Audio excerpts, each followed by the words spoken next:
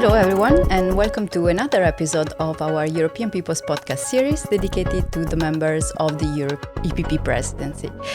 Today we are very glad to welcome our Vice President David McAllister, who is a member of the CDU and the chair of the Foreign Affairs Committee in the European Parliament. Thank you very much, Vice President, for accepting our invitation today.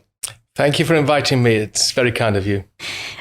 So, as we have seen in previous episodes of this series, each of our EPP vice presidents oversees one or more issues in particular. And for you, these are Brexit and the Western Balkans.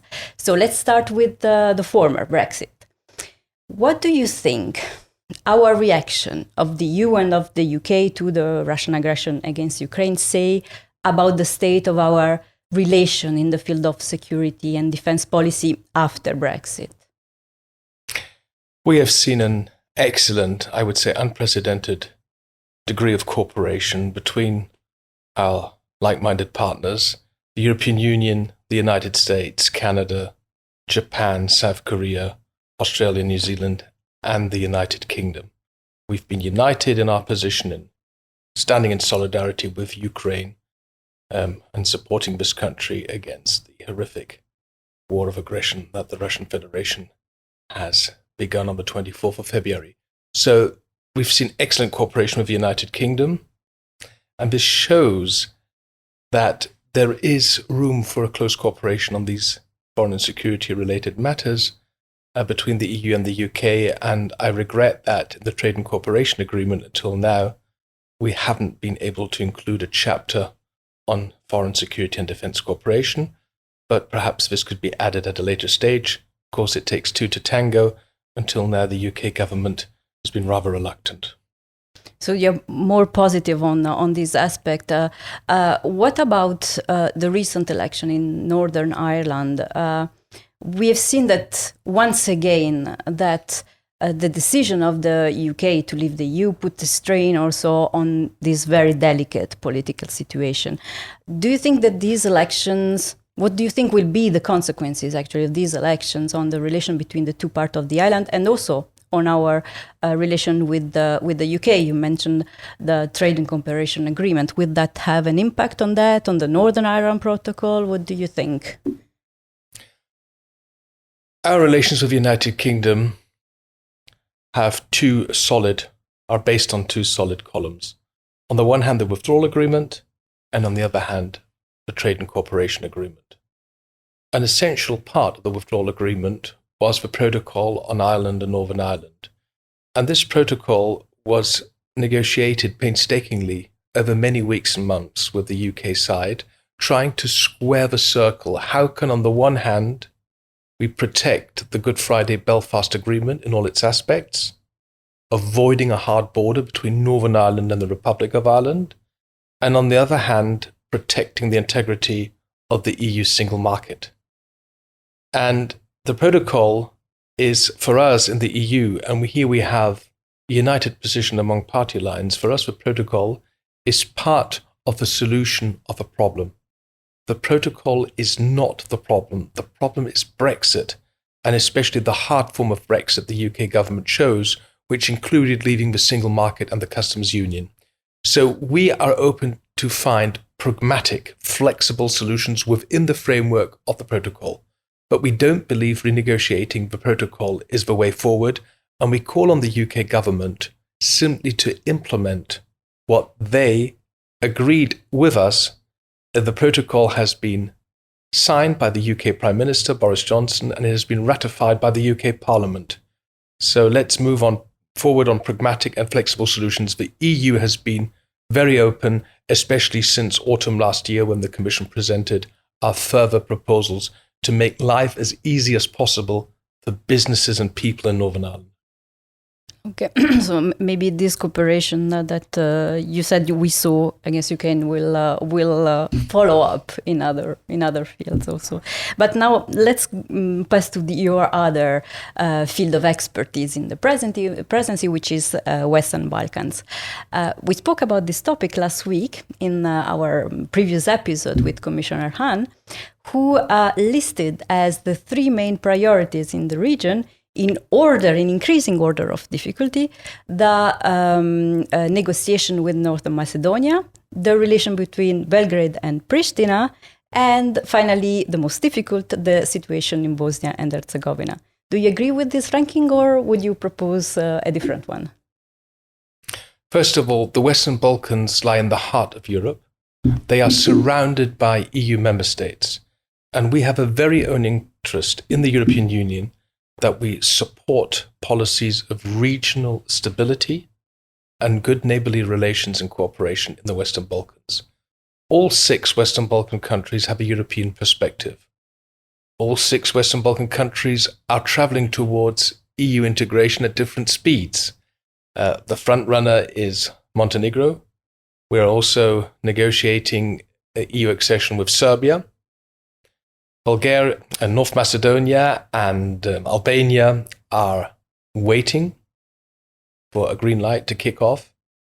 And the situation in Kosovo and in Bosnia-Herzegovina is more complex, and they are waiting to be granted potential candidate status. Yes, indeed, I would say that Commissioner Hahn has mentioned very important issues. We need to solve the problems between North Macedonia and Bulgaria because we need a unanimous decision in the Council to start the negotiations, and Bulgaria is blocking North Macedonia, and because of that, Albania is also blocked. So we need to really de-block, and we need to take concerns seriously on both sides. In the end, it's about all 27 member states, including Bulgaria, finding a solution. But I'm still positive that we can reach this. The second point is the Belgrade-Pristina, the Serbia-Kosovo dialogue. We need to really make some progress on the pressing issues for the people on the ground. It's very, very complicated. It's very, very difficult. And I wish we would see more progress, but it takes both sides to agree on steps forward. The situation in Bosnia-Herzegovina is of great concern. This country is going through its biggest political crisis in years, and we have to be very clear in the European Union that we call on all political forces in Bosnia-Herzegovina to strengthen the rule of law, to strengthen democracy, to fight corruption, and also that these attempts to question the territorial integrity of Bosnia-Herzegovina have to stop. You mentioned several important topics, but as chair of the Foreign Affairs Committee, of course, your portfolio is much wider. Which are actually the other priorities for you as a chair? Well, we in the Foreign Affairs Committee deal with the whole world. I would say the traditional priorities in the Foreign Affairs Committee in the European Parliament are the Western Balkans and also Turkey, where the accession negotiations are more or less frozen since 2018. Then the second big issue, the Eastern neighborhood, especially how to support the European perspective for Ukraine, Georgia, and Moldova. The third aspect is our southern neighborhood. We have a huge interest in having better relations with stable neighbors and partners in the North of Africa and the Middle East. Other priorities are the Gulf countries. The European External Action Service and Commission will present a new Gulf strategy very soon. The Indo-Pacific, and especially in dealing with China on the one hand, or India, but also like-minded partners like Japan, the Republic of Korea, Australia, and New Zealand. Transatlantic relations, always at the core, especially of us as European People's Party. Latin America, very important, not only for our friends and partners from Spain and Portugal, but for the entire continent in Europe. The relations with Africa are a shared responsibility with our Development Committee in the European Parliament. And finally, one point which is personally very important for me, because I've been there a couple of times, we don't only have an eastern neighborhood and a southern neighborhood, we also have a northern neighborhood as European Union in the Arctic. And what happens in the Arctic is important for the EU, and what happens in the EU is important for the Arctic. So I would like to see more European engagement in the Arctic and more interest about what's happening in the Arctic on the agenda of the EU's foreign policy. So you mentioned basically every part of the world, but one of the first you mentioned was Moldova. And I know that you recently signed the motion for resolution on the state of play of the relation between EU and Moldova. And you mentioned in particular the security situation in the light of Russian aggression against Ukraine. What do you think is the situation there, and what can the EU concretely do and the European Parliament do to help? I've been a couple of times to Moldova. I was there for observing the recent parliamentary elections. Moldova is on a clear European integration path. Maia Sandu, the president, our EPP friend, is an amazing woman, and she's doing a fantastic job in bringing this country forward. And I believe that Moldova deserves all European support we can give. And we as an EPP have always been the front runners of supporting the new Moldova under Maia Sandu and her partners and political friends. Moldova is in a very dire situation in the moment, of course, with the ongoing horrific war against Ukraine in the immediate neighborhood. Moldova has sheltered hundreds of thousands of refugees. It's a small country. And what we have to do is support Moldova where we can. It's in our own interest.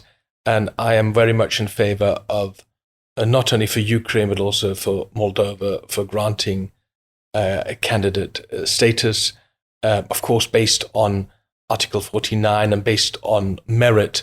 But the people of Moldova deserve a European perspective.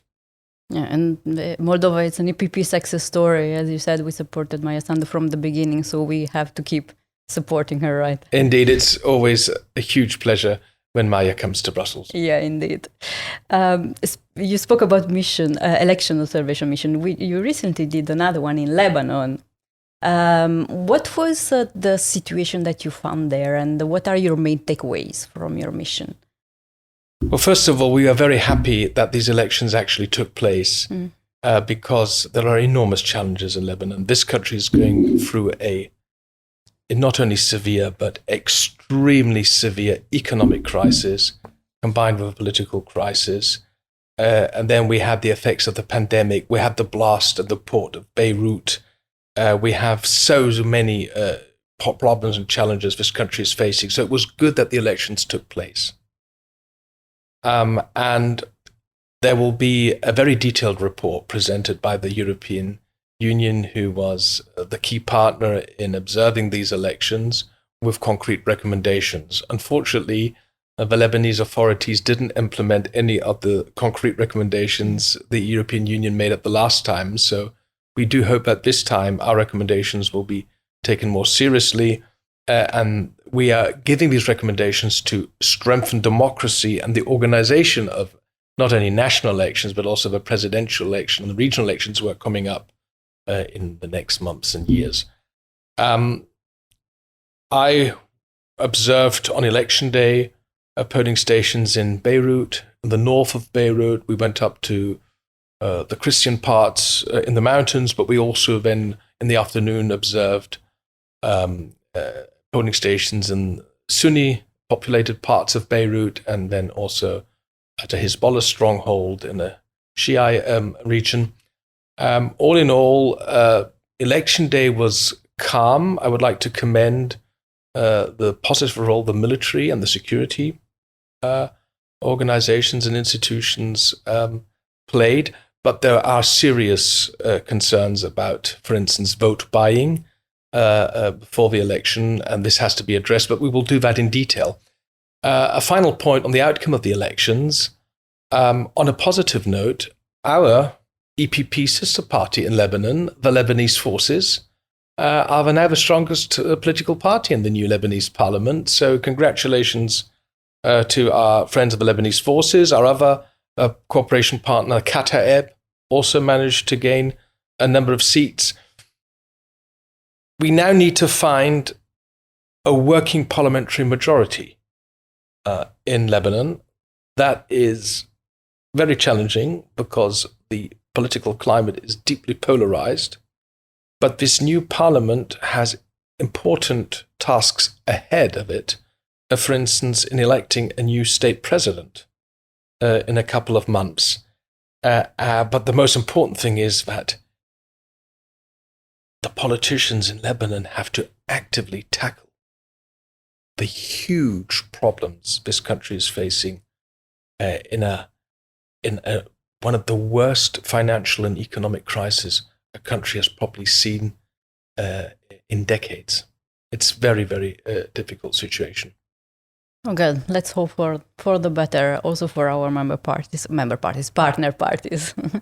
Now, let's go back in time a little bit, because before being elected to the European Parliament, you have been the Minister President of your land, of Lower Saxony, and you have also, before that, been the leader of the CDU group in its Landtag. And I've discovered that among its members, there was the current President of the EU Commission, Ursula von der Leyen. Is there just a coincidence, or is there something special about your land that pushes you on this European path? Well, indeed, Niedersachsen was my home. Niedersachsen is my home. It's one of the bigger German Bundesländer in the north. Our capital is Hanover. And I started my political career in Niedersachsen as a member of the regional state parliament. And in 2003, we took over the government in the CDU Liberal coalition. And Ursula von der Leyen was a member of our regional parliament, and she served in Niedersachsen as Minister for Social Affairs for 2 years. So I know Ursula for more than 20 years. She's a fantastic woman. I really enjoy being together with her, working together with her. She's an extremely hardworking woman. And her father was the Minister President of Niedersachsen for 14 years, Dr. Ernst Albrecht, the great leader of our Bundesland in the 70s and 80s. If you look at a map, Niedersachsen is, if you draw a line, say, from Stockholm to Madrid and from Amsterdam to Warsaw, you're kind of in the middle of these two lines. You will see is Niedersachsen. Niedersachsen is, on the one hand, liberal conservative country, the people, but on the other hand, very open-minded, very tolerant, very interested in European and international affairs. We have a long border with the Netherlands. There's a close cooperation between us in North Germany and our Dutch partners and friends. And Niedersachsen, yes, is a truly pro-European oriented German Bundesland. And something very specific about Niedersachsen, which many people might not know, Niedersachsen is, to a certain degree, what the territory of the Kingdom of Hanover used to be. And the Kingdom of Hanover was linked with the United Kingdom of Great Britain and Ireland from 1714 to 1837, when the British monarch was also the King of Hanover. So there's also a link between Niedersachsen and our British partners and friends. But there's something different between you and President von der Leyen. It's that she started her political career relatively late, while you fell into it from a very young age. Is it true that for your 17th birthday, you asked as a gift for a CDU member card? Well, I became an active member of the CDU youth organization, the Junge Union, when I was 15, 16. And to participate in also CDU activities, to become a delegate for our regional party conference, I had to become a CDU member. And indeed, I asked my parents, because my pocket money wasn't enough to pay for CDU membership, if I could join the CDU. And that's what I did exactly on my 17th birthday. So I've been a proud member of the German CDU since 1988, and I've seen many ups, I've seen many downs. That happens in a democracy, that happens in a party. We all know what it's like to go through this. But I can say I want to remain a member of the CDU all my life, and I'm happy to be part of this powerful political force in Germany, which from Konrad Adenauer over Helmut Kohl to Angela Merkel has also contributed to the European integration of our country and our continent. And for us in the Christian Democratic Union, it is of crucial importance that we are an active member of the European People's Party. This is for us very, very important, especially Helmut Kohl was at the beginning a driving force that we establish a European political party, which for good reasons we call family, because we're together with friends from the Christian Democratic, the Conservative, the Liberal, the center-right spectrum in Europe. Thanks. Let's conclude as usual with a personal, less political-oriented question. As your family name say, and also your excellent English, of course, you are binational. You were born from a German mother and a Scottish father. What do you think is more German about you? What is more Scottish? Germany is my home country. We live with our family in Germany. I was raised in Germany. I served 2 years in the German military. So Germany is my home country. But there's also a British aspect of my life. I went to British school for many years. We spoke English at home. And what is particularly British, perhaps even I would say particularly Scottish, is probably my sense of humor, which sometimes, as I know, surprises people. But I think that politics is such a sincere, sometimes very challenging business that once in a while, you have to just, at least when after working hours are finished, you should perhaps also be able to have a good laugh about what's going on. I mean, there's so sad things happening all over the world, but at a certain degree, you have to, kind of crack a joke. Always useful. So Glasgow Ranger again, Hanover 96. Who would you support? Well, while we're recording this, tonight is the final of the European Cup. Yeah. Glasgow Rangers against Eintracht Frankfurt. Close. And I'm looking for a pub in Brussels where I can be able to watch that, hopefully in a Scottish crowd. Hanover 96 is my team in Germany. I've been supporting Hanover 96 since I studied in Hanover in the early 1990s. But tonight, Glasgow Rangers against Eintracht Frankfurt, I hope it will be a very interesting football team, and may the better team in the end win the cup. Hanover 96 is my team, but it's not always easy to be a supporter of Hanover 96. So we're not actually in the moment in the front row of German football. That's show that you're a real supporter when you support a difficult team, right? Yeah. Hanover 96, there's always ups and downs and ups and downs.